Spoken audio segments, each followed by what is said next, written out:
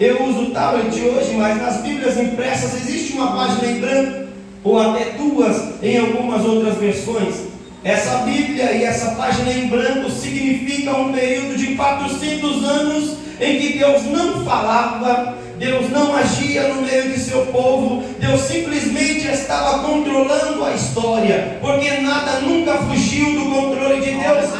Mas depois de muitas advertências, no livro de Malaquias, onde a gente vê Deus fazer cobranças severas ao povo e aos sacerdotes, Deus se cala. E é nesse período de 400 anos em que o povo vai voltar para Israel. E nesta data eles vão trazer consigo novos costumes, porque o templo havia sido destruído. E então eles faziam reuniões, e as reuniões chamavam-se de sinagoga. Na sinagoga se louvava a Deus, na sinagoga se liam os salmos, na sinagoga se falava dos profetas, na sinagoga falava-se da lei de Moisés. Era um culto maravilhoso, era a nova casa de adoração a Deus.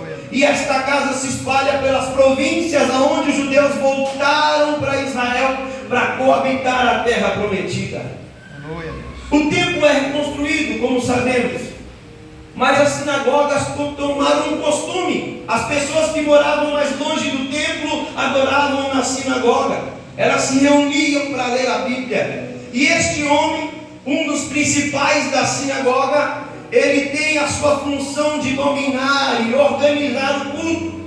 A Bíblia vai dizer que Jesus, ele ia ao templo desde a sua infância, até que um dia a sua família chega a esquecê-lo lá, e voltam para buscar e acham Jesus depois de 3 dias.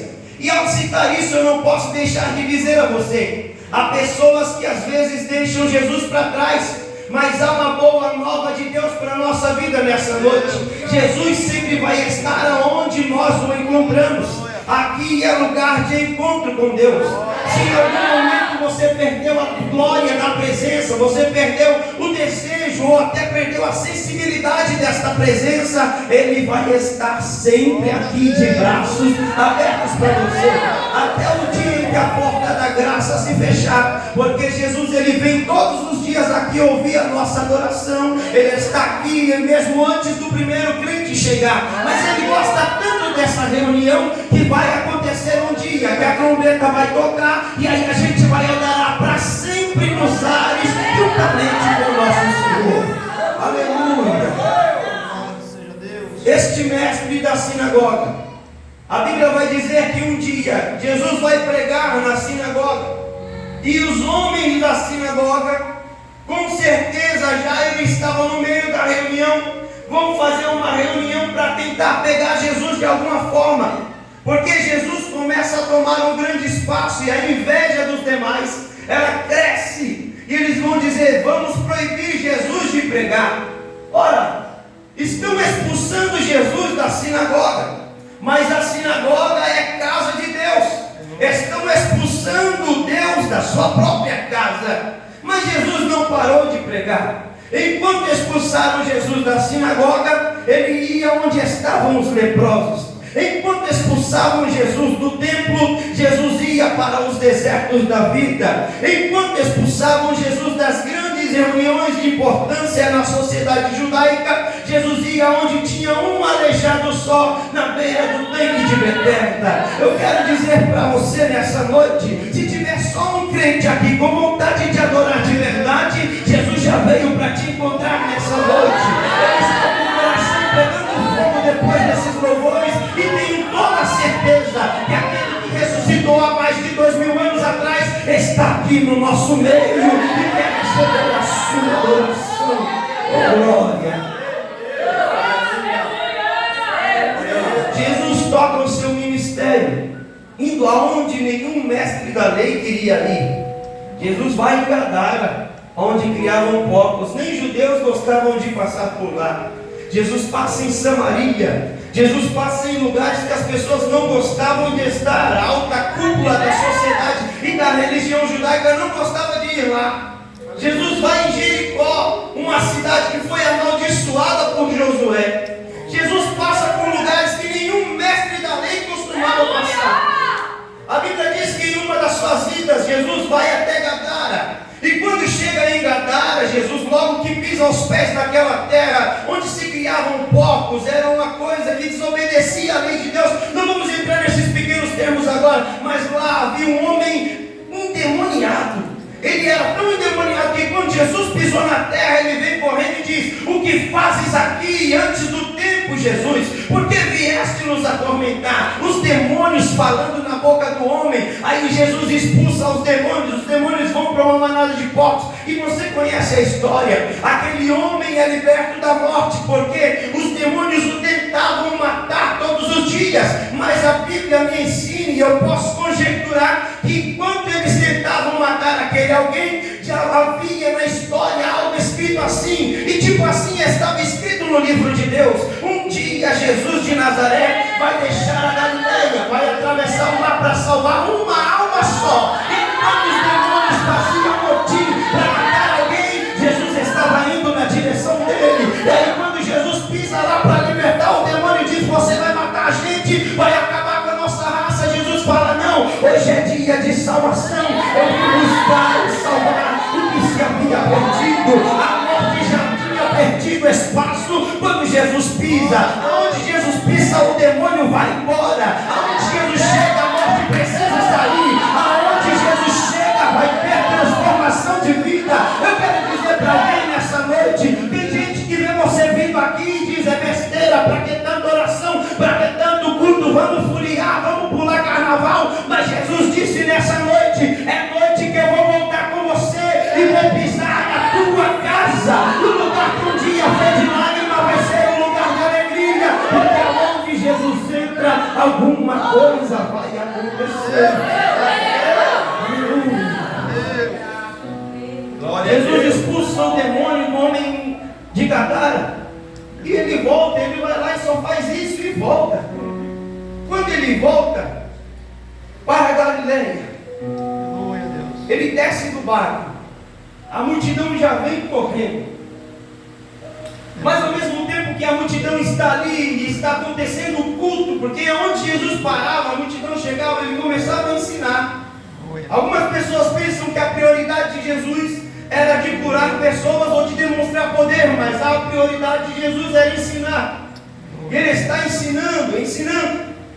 E de repente, enquanto Jesus ensina, na casa de Jairo, a sua filha de 12 anos está à beira da morte.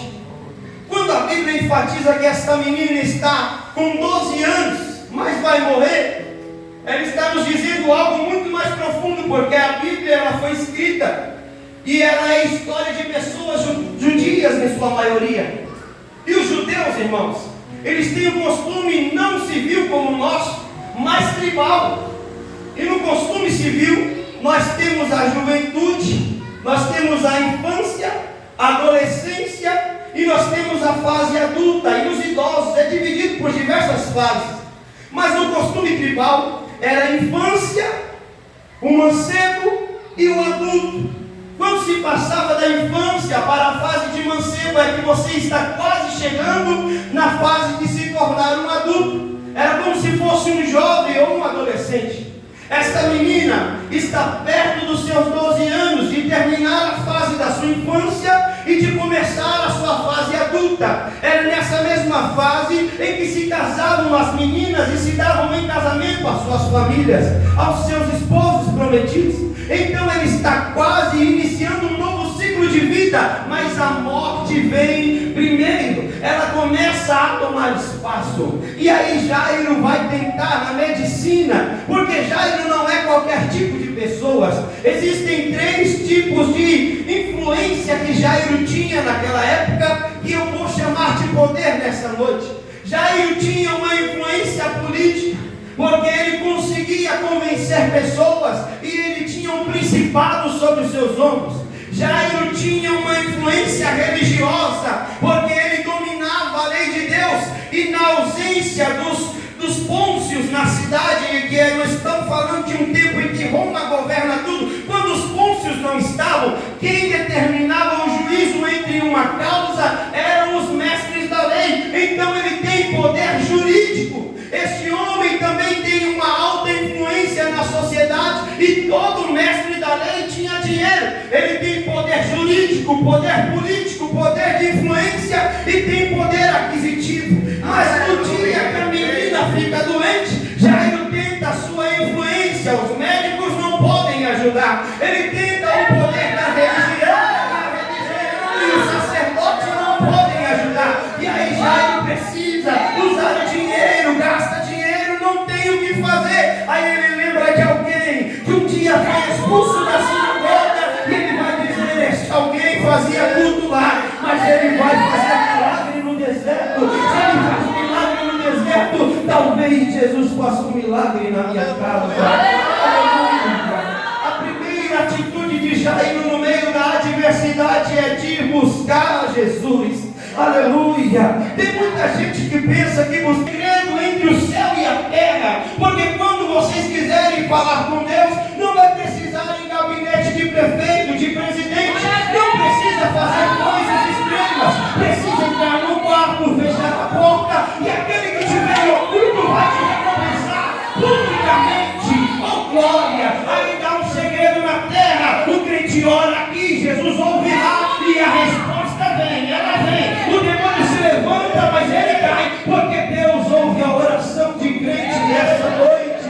Eu vou dizer algo para alguém, só vai pegar quem veio com fé para o culto. Jesus está ouvindo a sua oração. Esta campanha não foi gerada em vão no coração dos pastores ou da liderança dessa igreja. Deus está de olho na tua casa. A guarda saiu debaixo da mão de Deus. Ele ainda está no controle da nossa vida. Glória a Deus. Jairo vai até Jesus. E o encontro de Jairo com Jesus não é na sinagoga, é na beira da praia. A primeira atitude de Jairo é chegar já se prostrando, irmãos. Se prostrar não é se ajoelhar. Se prostrar é deitar com o rosto em terra. Ele deita, ele encosta nos pés de Jesus. E ele começa a clamar: Senhor, peço-te que vá à minha casa, porque a minha filha está moribunda, ela está à beira da morte. Jesus, ele simplesmente aceita o convite. Aleluia. E ele começa a ir em direção à casa do homem. Mas a Bíblia, ela diz que no meio dessa transição de ambientes, enquanto eles estão caminhando, vem um outro alguém, que também tem uma história de 12 anos. E este alguém é uma mulher que sofria por 12 anos num fluxo de sangue. Algumas pessoas ou alguns estudiosos vão dizer, a Bíblia não dá ênfase a isso, ela diz o número de anos que o problema ocorria, mas não fala quando começou. Alguns estudiosos vão dizer que esta menina, quando ela vai começar a sua fase adulta, ela vai entrar no ciclo menstrual. E era costume no meio dos judeus deixar a mulher neste período para ela ficar no arraial das mulheres, aonde ela se resguardava. E depois que passavam os dias da sua impureza, elas ofereciam um sacrifício, o sacerdote fazia o culto e elas estavam limpas e puras. Mas o culto dessa menina nunca chega. E passa um ano, passa 2, e a Bíblia diz que ela gasta todos os recursos que ela tem e nada acontece, somente as coisas pioram. Isso aqui me ensina uma coisa, Emerson: nenhuma mulher tinha direito de ter o seu próprio dinheiro, porque as mulheres não trabalhavam no tempo de Jesus, era um costume dos gentios. Essa é uma mulher judia, então ela dependia ou da sua família, ou do seu marido, ou da ajuda do governo, que seria o sacerdote que dava os pães da segunda colheita para as viúvas, mulheres desprovidas e órfãos. Mas esta menina, a Bíblia diz que vai gastar tudo que ela tinha, ou seja, enquanto ela sofria, a família também sofria, e era uma distância que tomava conta do tempo e dos anos de vida dela. Mas um dia ela vai ouvir dizer de alguém que está passando pela Galileia, e esse alguém tem poder de transformar a história, e ela decide ir atrás de alguém chamado Jesus. Por causa da situação de impureza dela, ela pensa: eu não posso ir lá conversar com ele, ninguém pode nem me ver lá, porque senão vão me apedrejar por quebrada dele. Então eu vou ir e vou tocar simplesmente na ponta das vestes dele. Porque eu ouvi dizer que só uma palavra dele basta, mas eu não sou menino de Deus, se direciona a mim. Mas se eu tocar na veste dele, com certeza a minha vida vai ser transformada. Aleluia! Sabe o que é isso, crente? É a fé determinando que modo vai acontecer o milagre. Toda vez que você vê Jesus operar milagre, ele fazia questão de fazer diferente. Uma hora cospe no chão, faz um lodo, passa no olho de alguém. Outra hora ele diz só uma palavra, basta, vai, seja feito como você deseja. Outra hora alguém vai dizer, minha filha está doente, ela está endemoniada. Jesus diz, vai, seja feito como você deseja. Outra hora alguém vem, Jesus põe a mão na cabeça e a cura acontece toda hora. Jesus fazia diferente, sabe por quê? Era ele ensinando para mim e para você. Não tem um método só, é um método que a sua fé alcançar. Você está orando por alguém aqui, mas a sua fé pode fazer Jesus ir lá, alcançar a vida dele, a vida dela e transformar. Eu vim profetizar nessa noite, é noite de livramento. O mundo está aí fora, o diabo está agindo na vida das pessoas, mas Jesus ainda está no trono e é ele quem determina se é vida ou se é morte, se é saúde, se é doença, se vai viver ou vai morrer. É ele quem vai determinar. O trono de glória é dele, o cetro de vitória é dele, a roupa celestial é dele. É ele quem determina todas as coisas nos céus e na terra. Aleluia. A mulher é curada instantaneamente, pastor. Ela toca e o sangue para. Aí Jesus para a sua caminhada e Jairo está ali. Jairo passa de ser um coadjuvante principal para ser apenas um figurante nessa história. E ele se mantém em silêncio. Ele não questiona porque Jesus parou, porque até então ninguém sabe de nada. Jairo está andando, a multidão está apertando, mas estamos indo para a casa de Jairo. De repente Jesus para. A voz de Jairo está em silêncio. Aleluia. Glória a Deus. Jairo conhecia a palavra. A Bíblia não diz quais são os pensamentos de Jairo enquanto Jesus para, mas a filha dele estava, irmãos, a filha dele está quase morrendo. É como o desespero de alguém que está numa ambulância e o seu parente ali, quem sabe seu filho, está quase morrendo e a ambulância decide parar do nada. O desespero de Jairo. Mas Jesus para. E eu fico imaginando o que passava-se na cabeça de Jairo. Eu gosto de pensar que sempre a Bíblia vai falar no coração de alguém que busca Jesus. E o texto bíblico que mais se encaixa nesse momento é que Jairo está caminhando com Deus. E a Bíblia diz que às vezes parece que Deus esquece de nós. Mas Deus, ele diz pela sua palavra, pode até a mãe se esquecer. A criança que vai passar pela amamentação chora quando sente fome. Mas Deus disse assim, eu todavia não me esquecerei de ti, diz o Senhor. Aleluia. Às vezes parece que a minha e a sua história parou no meio do tempo, mas Jesus não se esquece de você. Ele está indo em direção à sua causa. Aleluia. Aleluia. Quando Jesus para, ele vai dizer, alguém me tocou. Se fosse alguém ignorante, Jairo que estava ali, ia dizer, todo mundo está te tocando, vamos embora logo. A minha filha vai morrer. Por que você está dando importância para essas coisas? Todo mundo está te tocando. Jairo se mantém em silêncio. Aleluia. A mulher, quando vê que Jesus já descobriu ela se apresenta trêmula e tremendo e temendo. Ela diz, Senhor, eu te toquei porque eu tinha esse problema e tal. Aí Jesus vai dizer para ela, filha, vai, a tua fé te salvou.